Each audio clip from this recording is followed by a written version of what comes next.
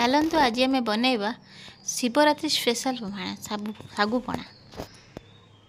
ये साबुपणा उपास व्रत आम कर सब उपास व्रत खाईपर। साबुपणा देहपाई बहुत भल, पेट भी ठंडा चलतु बनइबा।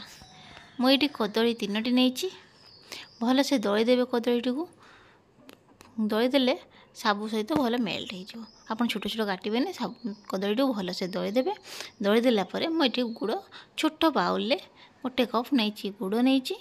आपड़ ये चाहिए चीनी नहीं पारे ना आपड़ ये धला मिश्री ताको गुंड करके तापर मुझे सागु नहीं 200 ग्राम सागु नहीं।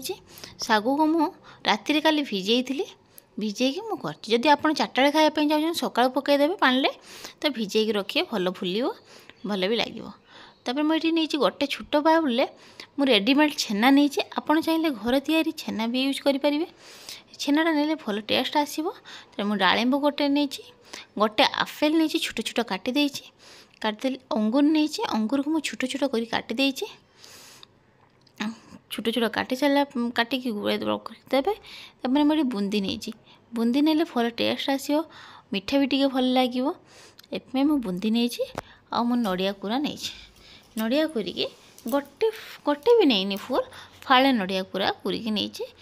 दही भी नहीं दही छोट बाउल छोट बाउल नहीं। तो आप यूज करेंगे मिठा भी दही यूज करेंगे। आप चाहिए होममेड करेंगे। मुझे रेडीमेड बाहर किणी आनी दही यूज करपर आप पानी देदेवे। पानी देके भल से गुड़ेदेवे। गुड़े देके आपड़ भी घर तैयारी करी खातु उपास व्रत भल लगे। जदि मो चैनल वीडियोटी भल लगो आप मो चैनल को लाइक शेयर सब्सक्राइब कर दिंतु। और जदि किसी खराब थी आप कमेंट करेंगे। Thank you.